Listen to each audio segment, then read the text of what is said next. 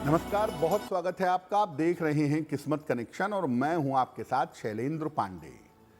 आज हम बात करेंगे रमा एकादशी की।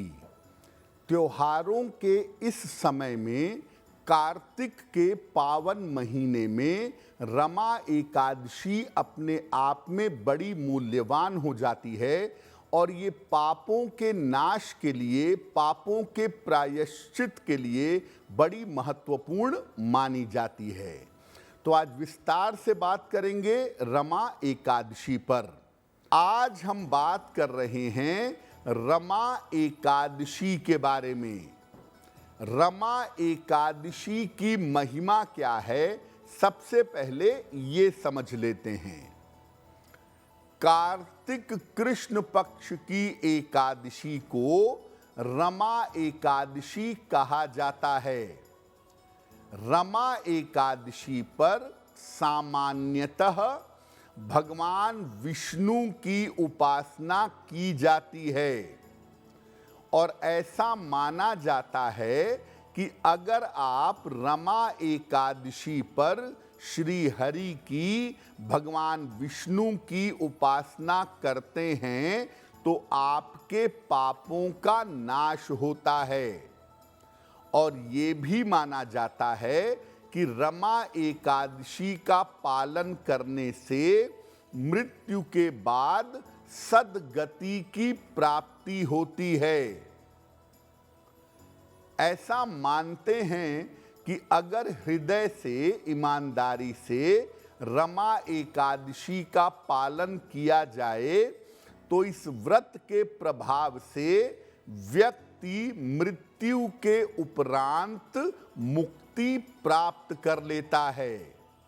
यानी रमा एकादशी का पालन करने से पापों का नाश होता है, मृत्यु के बाद मुक्ति और सद्गति की प्राप्ति होती है।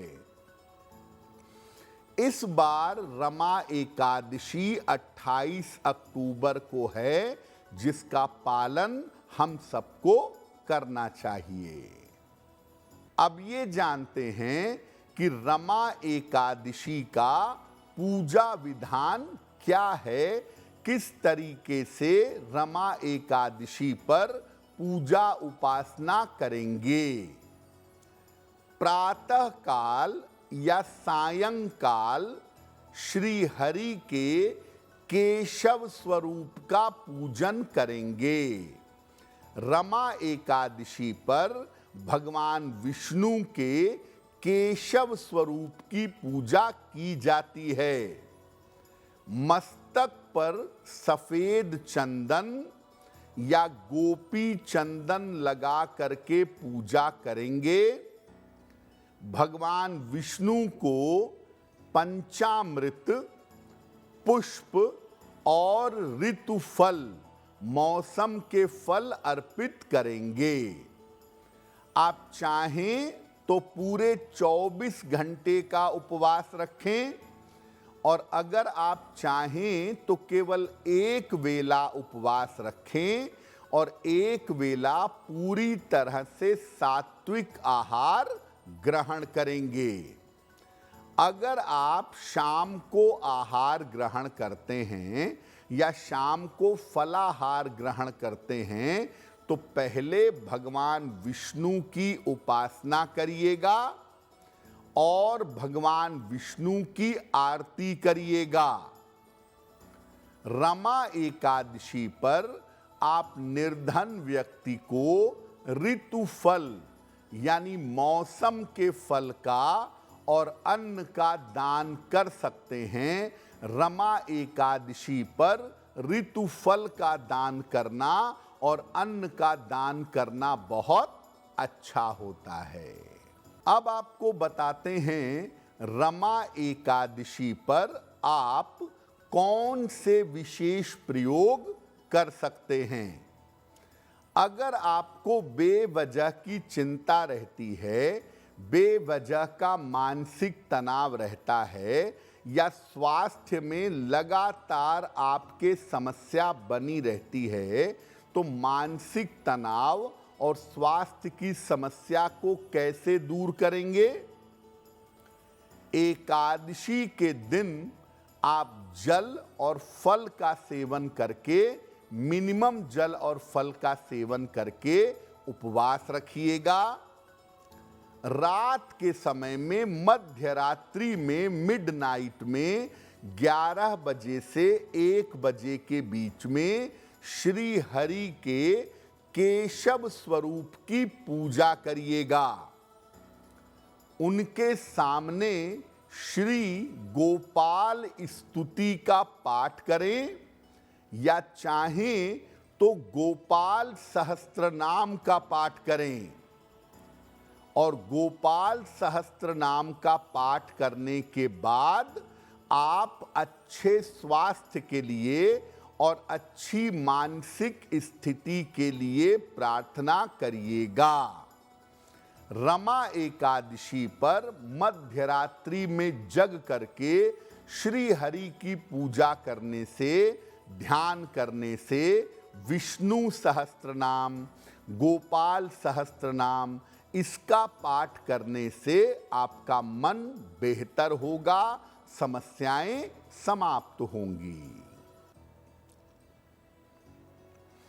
अब सबसे महत्वपूर्ण बात यह है कि जब आप रमा एकादशी पर पूजा उपासना करते हैं तो आपके पापों का क्षय होता है, पापों का नाश होता है। कोई व्यक्ति दुनिया में ऐसा नहीं कह सकता कि उससे गलती नहीं हुई, उससे पाप नहीं हुए। तो पाप हो गए, कोई बात नहीं, भगवान की शरण में जाने से पापों का नाश होता है। क्या करेंगे रमा एकादशी पर? भगवान कृष्ण को सफेद फूल अर्पित करेंगे और इसके बाद पहले भगवान कृष्ण का ध्यान करें, उन्हें नमस्कार करें। इसके बाद उनके सामने गीता के 11वें अध्याय का पाठ करिएगा और 11वें अध्याय का पाठ करने के बाद उनसे पाप नाश की प्रार्थना करिएगा। आंतरिक रूप से आपको शांति और शक्ति मिलेगी। लेकिन देखिए, ऐसा आप हर रमा एकादशी पर करें। पहले पाप नाश की प्रार्थना करें और फिर पीछे से पाप करते चले जाएं तो उससे आपको लाभ नहीं होगा। गलती होना मानव का स्वभाव है, गलती हो सकती है, पाप हो सकते हैं, लेकिन बार बार उसको रिपीट करने से आपको पापों से मुक्ति नहीं मिलेगी। इसीलिए आप हृदय से प्रार्थना करिए कि मैं पूरी कोशिश करूंगा कि मुझसे गलतियां, पाप ना हों, और प्रभु मैं आपकी शरण में हूं, मेरे ऊपर कृपा करिएगा। तो भगवान कृष्ण का आश्वासन क्या है? सर्वधर्म परित्यजम मामेकम शरणम ब्रजः अहम त्वाम सर्व पापेभ्यो मोक्षयिष्यामि मा शुचः। मैं तुम्हारे सारे पापों का नाश कर दूंगा और तुम्हें मोक्ष प्रदान करूंगा अगर सर्वधर्म परित्यजम मामेकम शरणम ब्रजः, सारी चीजों को त्याग करके, सारी मान्यताओं को त्याग करके अगर तुम मेरी शरण में आ जाओगे तो भगवान की शरण में जाना है। तो आप ये विचार मत करिए कि आपसे गलती हुई, नहीं हुई, कोई बात नहीं, जैसे हैं वैसे ही जाइए और प्रार्थना करिए प्रभु से। लेकिन आगे ये ध्यान रखिए कि आपसे बार बार गलतियां ना हो। अगर आप मुझसे जुड़ करके अपनी समस्याओं का समाधान चाहते हैं और चाहते हैं कि आपकी समस्याओं को ज्योतिष के माध्यम से सुलझाया जाए, तो आप हमसे संपर्क कर सकते हैं, जुड़ सकते हैं एस्ट्रो तक पर।